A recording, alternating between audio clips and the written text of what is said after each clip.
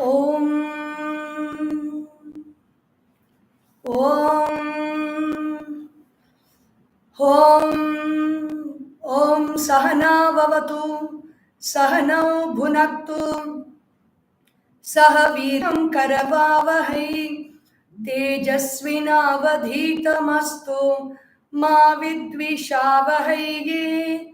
Om Shanti Shanti Shanti. Harihi Om. Shri Gurubhyo Namaha. Harihi Om. Boliye Shri Sadgurunath Maharaj Ki Jai. Namah Shri Shankarananda Gurupadambujanmane Savilasa Mahamoha Grahagrasaika Karmane. Om Shri Chinmaya Sadgurave Namaha. Hari Om. So today we begin for many months, almost 6 or 7 months, in this Vedanta Shravana Sadhana Yagna. We have been looking into this very great text by Bhagavan Sri Adi Shankaracharya called Vivekachoodamani, the crest jewel of discrimination between who am I and what is not I. Now, coming in the tradition of Shankaracharyas of Sringeri is Swami Vidyaranya, who was as Madhava, as a very youthful, powerful and dynamic Madhava, was responsible for guiding and establishing the famous Vijayanagar Empire through the two young kings, Hakkaraya and Bukkaraya. So that was a great Madhava who was not afraid of, he was in the peak of activity during the Muslim invasion, where he was guiding all the people in several places in Andhra Pradesh area, Karnataka area, in Srirangam and in Madurai. He had a great role to play in providing the people with the necessary courage to fight the invaders during that time. And that is that very powerful and strong and great Madhava who later on took sannyasa and became Swami Vidyaranya in the lineage of the sannyas, the Shankaracharyas of Sringeri. And that Swami Vidyaranya has written this text called Panchadashi, which we have been seeing in many of the Vision of Vedanta talks every Sunday. Tripti Dipa, we saw Nataka Dipa, and we saw Brahmanande Vishayanandaha. That's the last chapter. And then we are seeing Tattva Viveka Prakarana in the Vision of Vedanta now in Sundays, every Sunday.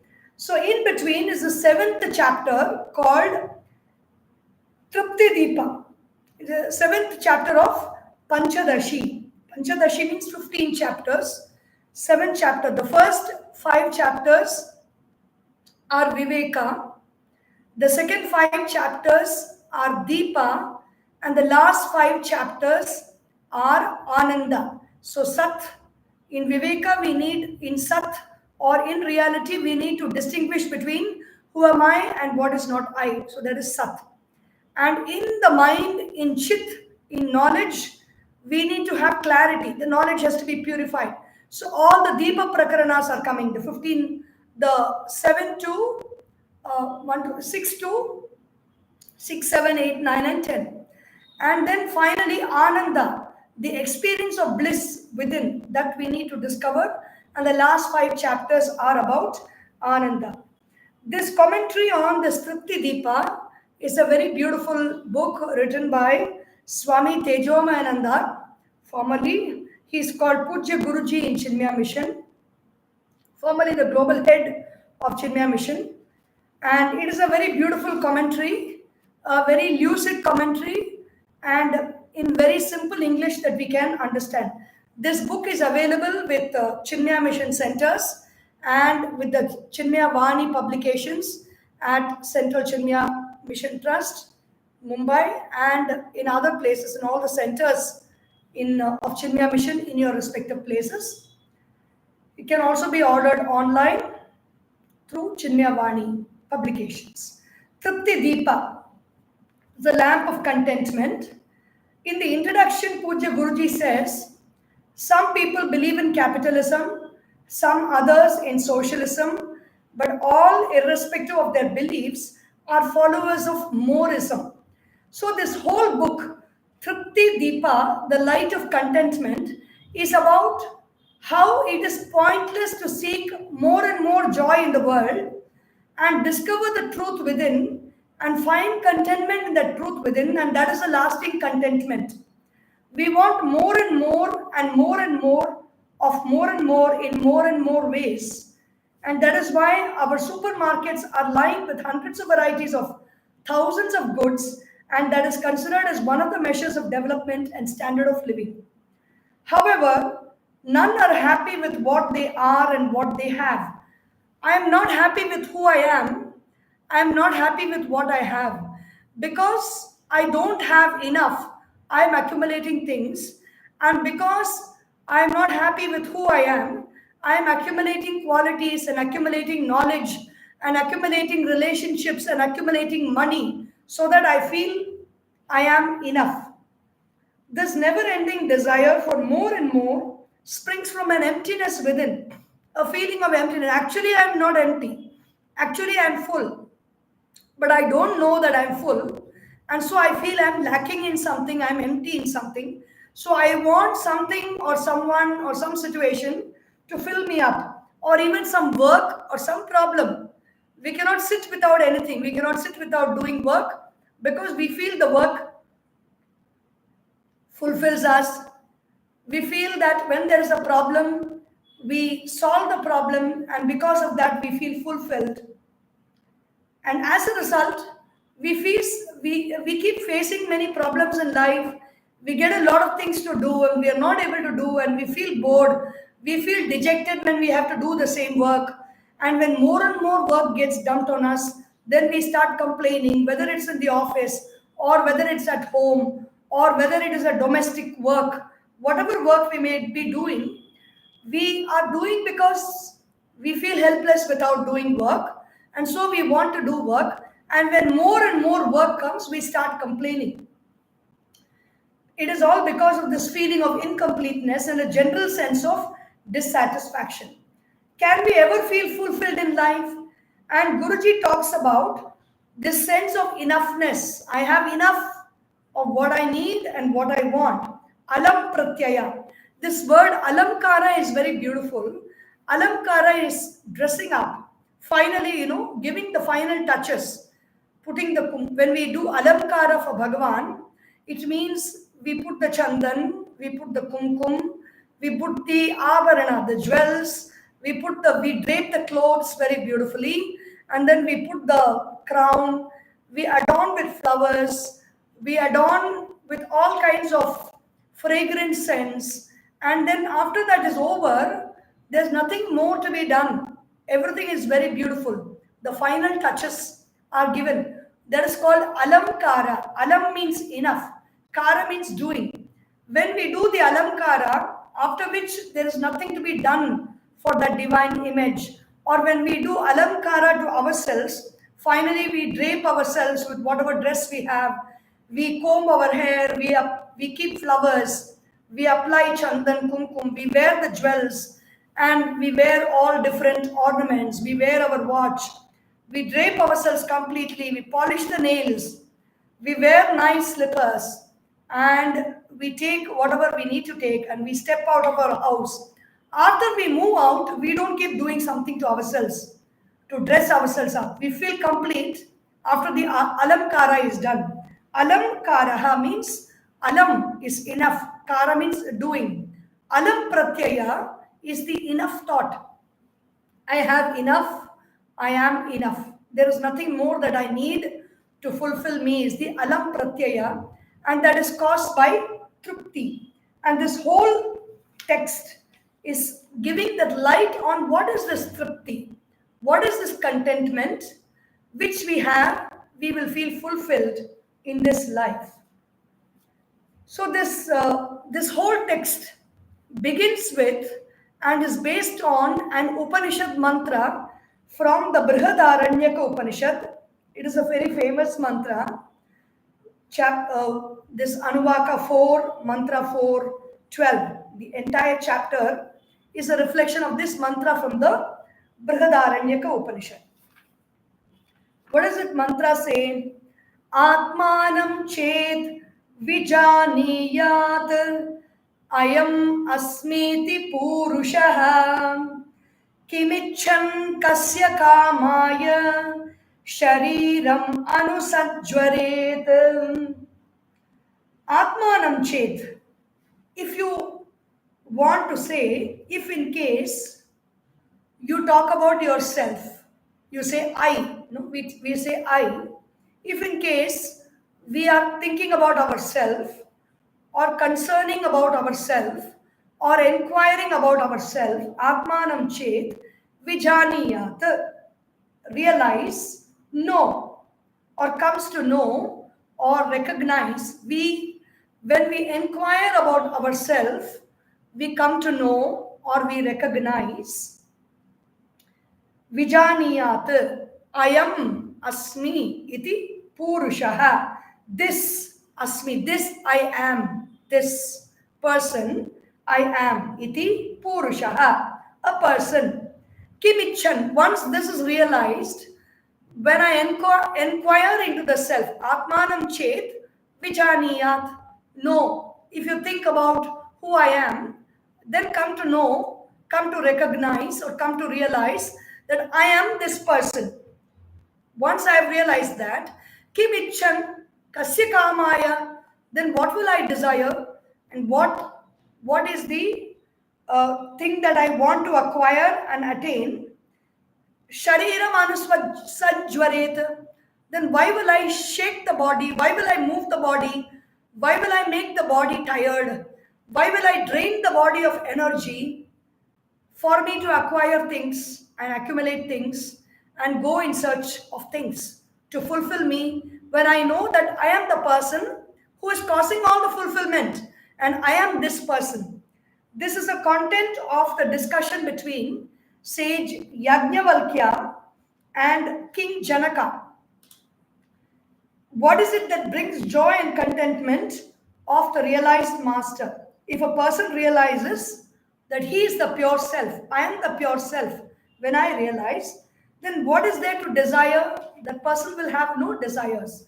Then for whom will he desire? Kasya kamaya. I don't desire for myself. Then is there anybody else for whose sake I will desire? No, I will not desire for anybody, because that person is also that self, the Atma, who is complete and who is content by himself. There is nothing. If at all that person wants something, that person is asking out of ignorance. I am not going to do any work because that person is coming from the place of ignorance and desiring something. So I am not going to strain myself.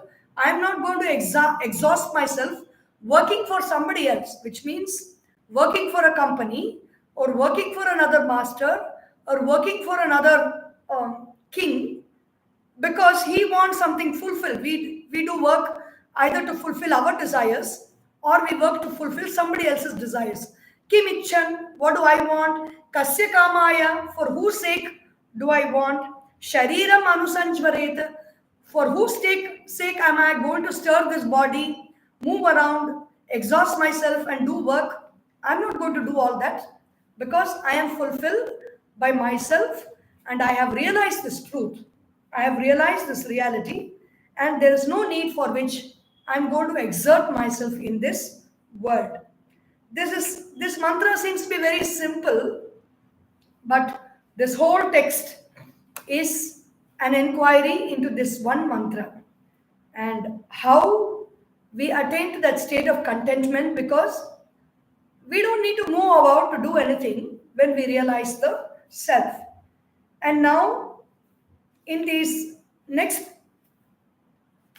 let us see this verse, and then in the next 7 verses of the chapter 1, after this verse is mentioned, the next 7 verses are an inquiry into the name of the word Purusha. अस्याश्रुतेरभिप्रायः सम्यगत्र विचार्यते जीवन्मुक्तस्य या तृप्तिः सा तेन विशदायते. Now this is a thought, or this is the opinion of Shruti. What is Shruti? The words of the rishis, which are recorded as Upanishads, which we get to hear about the nature of true self. We do not know. The rishis, in their deep state of meditation, have arrived at this knowledge of the truth, of the reality, and they've given it to us in the form of Upanishads. Most of them without mentioning even their names, and there is no copyright to it. Samyak atra vicharyate. So we will inquire into this very well. Inquired into in this chapter, the words of the Upanishads have been inquired into, and at the result of the inquiry, we will get an idea. Jivan muktasya ya triptihi, that contentment of a person who is liberated. Who is a liberated person? A liberated person is one who experiences happiness despite situations, despite people, and despite the objects that surround him. In any condition, any time of the day, any place of the globe that person finds themselves in, any mood of the mind, any state of the mind, any situation that's prevalent around, this person experiences only happiness. So that's a liberated being. Jivan muktasya, such a person, ya triptihi, that kind of contentment that person has, sa tena vishadayate. It becomes very clear for us to know. We should inquire into these mantras because the mantra is like a sutra. It is a sentence. But when you put your attention into that sentence will start giving us thoughts, and those thoughts, it is like boiling, it is like putting water in the vessel and boiling it. When you start boiling water, that water turns into steam. It turns into a different form, and that steam, when you inhale, it can do a lot of difference. It can cause a lot of change in our internal structure of the composition of water. We do steam inhalation when we have a cold. How that this hot water cannot melt the cold. We cannot put hot water so hot. We convert that hot water into steam and we inhale it along with that medicine, and that hot water along with the steam, when inhaled, breaks down the molecules of water which are so hard inside in the form of cold, in the form of phlegm. And when it breaks down, we are able to experience freedom or liberation from the collection of phlegm. In the same way, this steam, this water from the Upanishads is heated up with the heat of inquiry. It comes as the steam of thoughts, and the steam of thoughts makes it very clear for us to understand from which place this Jivan Mukta comes. The Jivan Mukta, the liberated being, comes from which space within he comes, that he is able to experience contentment in life. And inquiry leads us to clear and doubtless knowledge. All our efforts, why do we need to do this? Because Sukhaya Karmani Karoti Lokaha. We do all actions to gain happiness. We are not able to gain happiness, permanent happiness, by all that we gain from the world, from all that we strive in the world.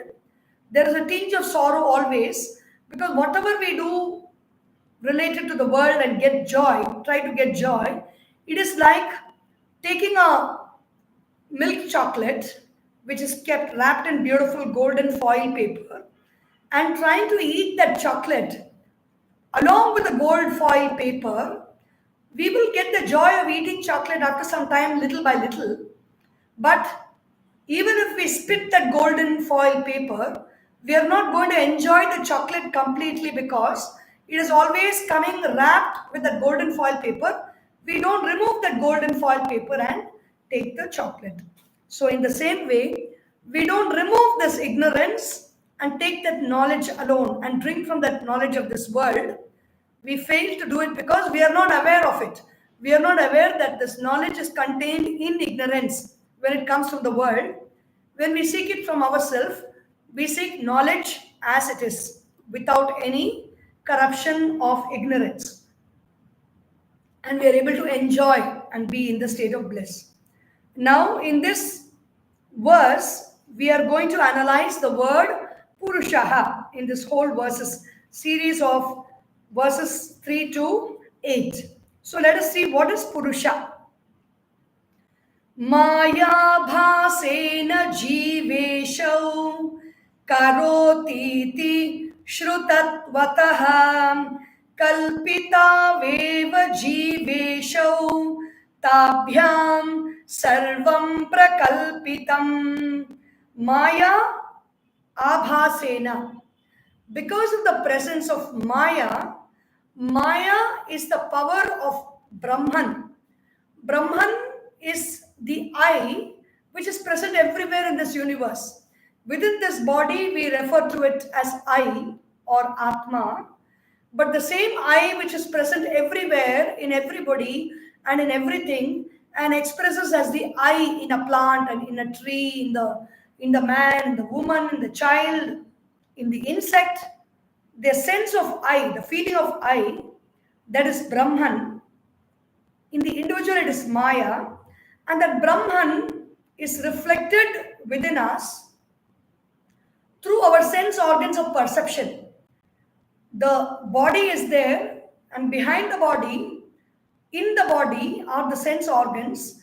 Behind the sense organs are the power through which the objects of the world are reflected and reported within to the mind. So the power of the sense organs in the body, the power of the intellect, which is making a decisive thought and understanding, the power of the mind, which is doubting, which is liking, which is disliking, the power of the senses, which are registering the details of what we see out in the world. Like we see names, we see forms, we see colors. The eyes report that as thoughts. We hear sounds, we hear speech, we are able to hear sounds, and that is being reported by the power of hearing in the ears to the mind as sounds, and mind interprets them and passes them on to the intellect for final discernment. And then you experience smells, the power of through the nose, the power of smelling is there, and the smells are experienced. In the tongue, the power of tasting is there, and the different tastes are experienced. And in the skin, the power of feeling is there, and the different temperatures and different contours are experienced by the skin. And that information is given within. There is the Maya Abhasa. Given within, inside there is a Brahman, and then there is a reflection of that Brahman as Maya or power. That power creates this difference between Jiva and Ishvara. Jiva as the individual and Ishvara as the cosmic power that is able to do work in this world. Karoti iti shrutatvatah. The Shruti says that this power of Maya creates this difference between Jiva and Ishvara. Kalpitaveva jiveshau.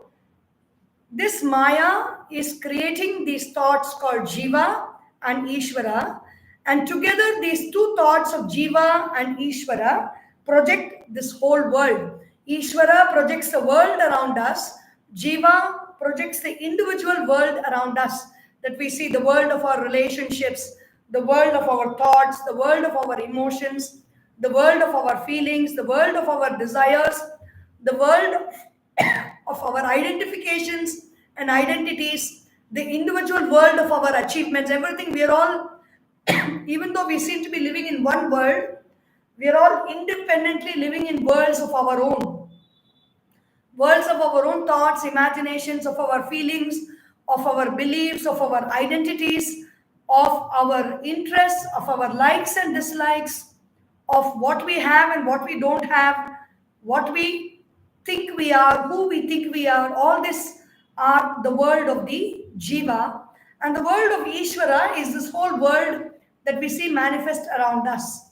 The world of earth, water, fire, air and space, and the world of this whole universe that's around us. It's a world of Ishvara.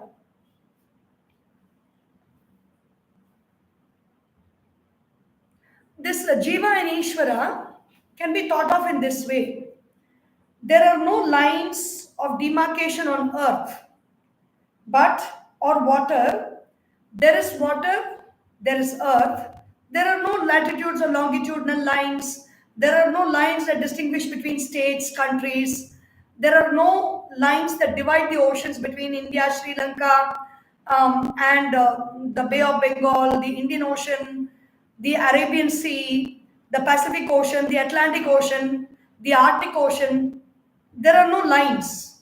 But we are drawing those lines, they're recording them as nautical miles and creating territories in the ocean. We are recording them as maps and creating territories on land. So this is, the whole earth is Ishvara, and the imaginary lines that we draw on the ocean and on the earth is a product of Jiva Srishti. The Ishvara Srishti is this whole earth, which is done by Maya as Ishvara. Maya, along with the Sattva Guna of Brahman, creates this whole world, and we, in our individual capacity, we create many distinctions in this world as belonging to me and you. So this is Ishvara Srishti and Jiva Srishti, and both are imaginations created by Maya, which is the power of Brahman. Both are only imagination. Even this whole world is imagination. Today, quantum physics is coming to that reality. They have not yet reached what the Shrutis and the Upanishads have been talking always, because as long as we are studying everything as a subject and an object, we will never arrive at the truth, because the truth lies in the subject and not in the object. So that is the Ishvara Srishti and the Jiva Srishti. But they will also get there if the quantum physicist, the scientist, is very sincerely wanting to know the truth, submits themselves to the field of inquiry under a realized master who has studied the Upanishads and who is abiding in that self. When they submit themselves to the inquiry, in a matter of conflagration, they will realize the truth. But the nature of the whole Maya is that the one who is depending on the world for their knowledge will never get that kind of an arrogance and will never get that kind of a submission and humility to seek the truth, the reality within. And the one who seeks the reality within with that submission to a guru and a master is never going to look out into the world seeking the truth. So that is the beauty of this whole knowledge. Ikshana dipraveshanta srishtirishena kalpita jagrada divimokshantaha samsaro jiva kalpitaha. Ikshanadi, Ishvara. Now Maya has created these two powers. One is Ishvara and one is Jiva. What is the power of Ishvara? Ikshanadi. Ishvara is the one who sees, pravesha, and enters into this creation. Srishtihi ishena kalpita. By the very fact that we see, the creation is born.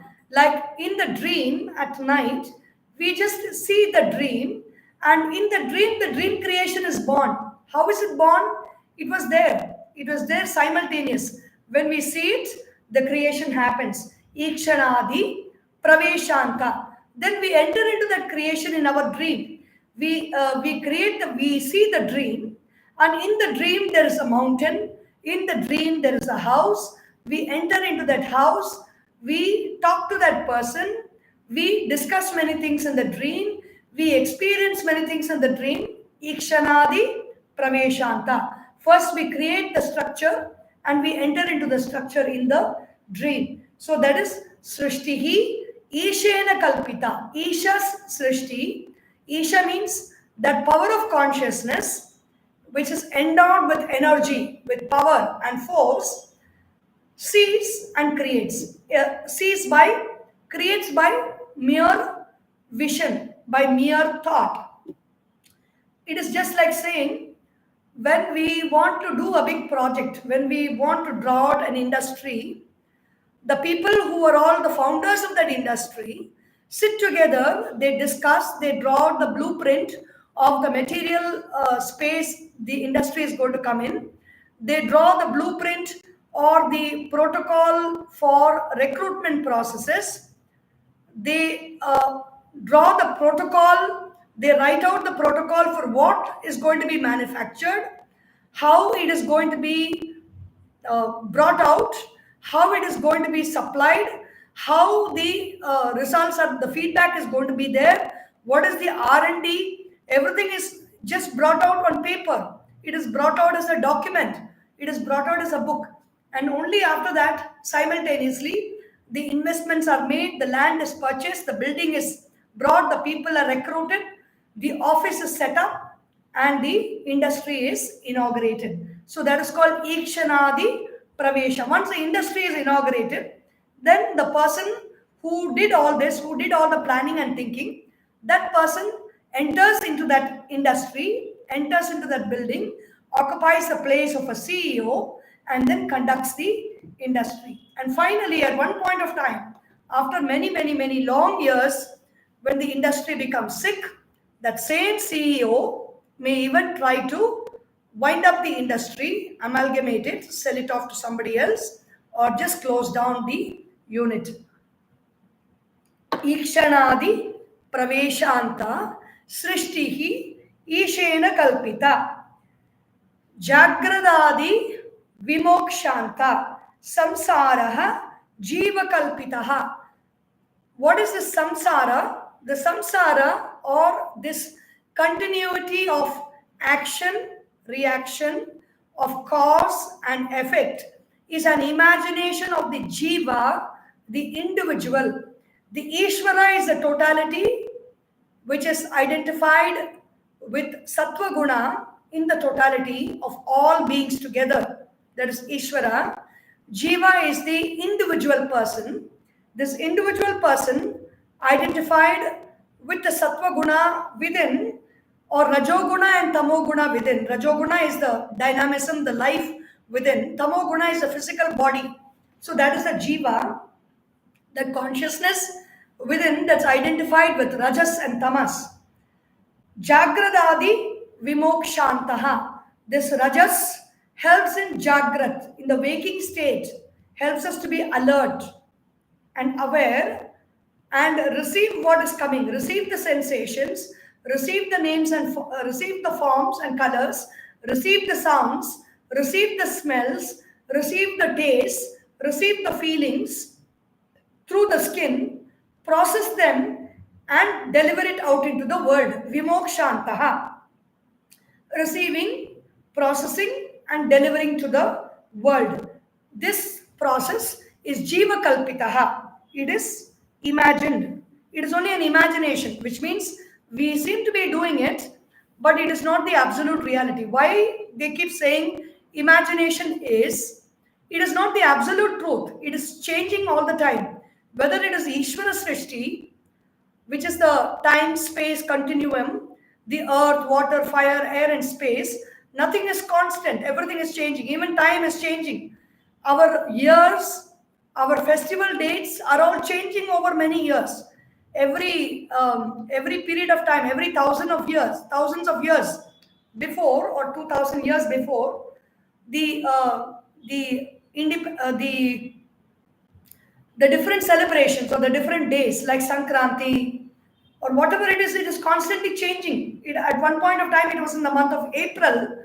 Now we are celebrating in the month of January, and we don't know in future when it is going to move. The position of the sun and the moon and the planets and the position of the earth, the spinning of the earth, everything is subject to movement and change of the tidal waves and the positions in the galaxy. Everything is changing. So it is not the absolute reality. Jagradadi vimokshantaha. So it is called samsara. Everything is coming under the realm of samsara. Samyak sarati iti samsaraha.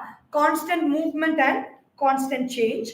This is created by the jiva, and the task of ikshanadi, being aware, watchful, being alert, and guiding through vision, the right vision, and entering into something, entering into a thought, entering into a project, entering into a work, taking responsibility for that, identifying with it, and creating is Isha's work, Ishena Kalpita. And both these, both Jiva and Ishvara, is the creation of Maya, which is the power of Brahman that is manifest.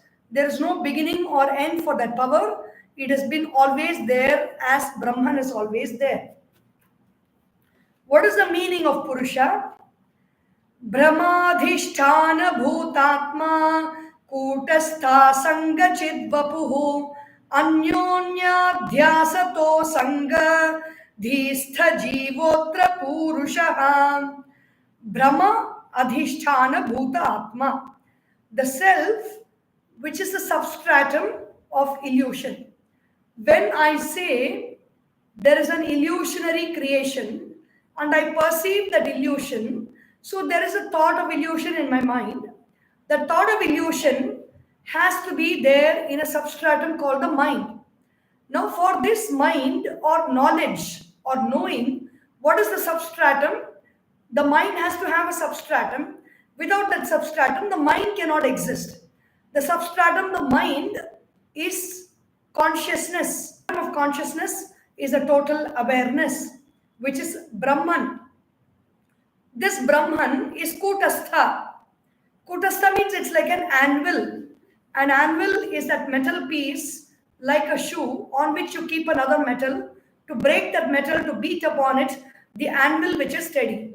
So the steady anvil of the mind is Brahman, Kutastha. Asanga, this Brahman is not attached anywhere. The anvil is not attached to that iron rod or the hammer. The anvil is just by itself. Brahman is that anvil. It is that steady presence which is not attached to anything. Chit. It's what is the body of Brahman? Chit. Consciousness is the body of Brahman. Vapuhu. Anyonya adhyasataha asangadhihi jivaha atra purushaha. Now this jiva and purusha in that Brahman, how does it happen? Because of mutual superimposition. Anyonya adhyasataha. Anyonya adhyasa is like this tapta ayav pindavat. Adi Shankaracharya talks about it in Atma Bodha. Just like the iron ball, the cold iron ball, which is put in hot fire, the fire lends its color to the dark iron ball, and the fire lends its heat to the cold iron ball, and the cold iron ball gives fire a shape. Fire has got no shape, iron ball has got shape. Fire does not have dark color, iron is dark in color. Mutual superimposition is each one gives their property to the other. In the same way, anyonya adhyasataha, through mutual superimposition, asangadhihi, the unattached self gets reflected in the intellect, and so the self, I am attached. Because of the attachment, the quality of attachment is there in the intellect.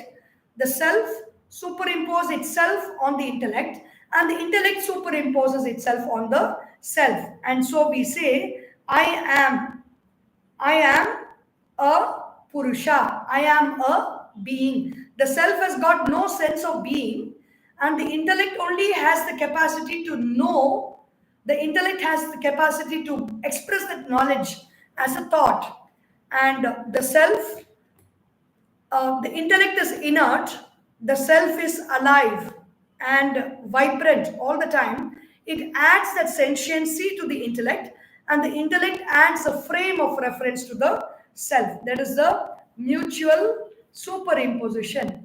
When an individual says, I am a sane man, for example, Guruji says here, I am a sane man, the sanity and manliness are the characteristics of the mind and body, and the I-ness is of the self or consciousness, and the life is of self-reflection of consciousness. All put together makes the man say, I am X, Y, or Z. I am tall, I am short, I am intelligent, I am brilliant. It is not there in the individual self. So with this, we will continue tomorrow with the next few verses from Tripti Dipa.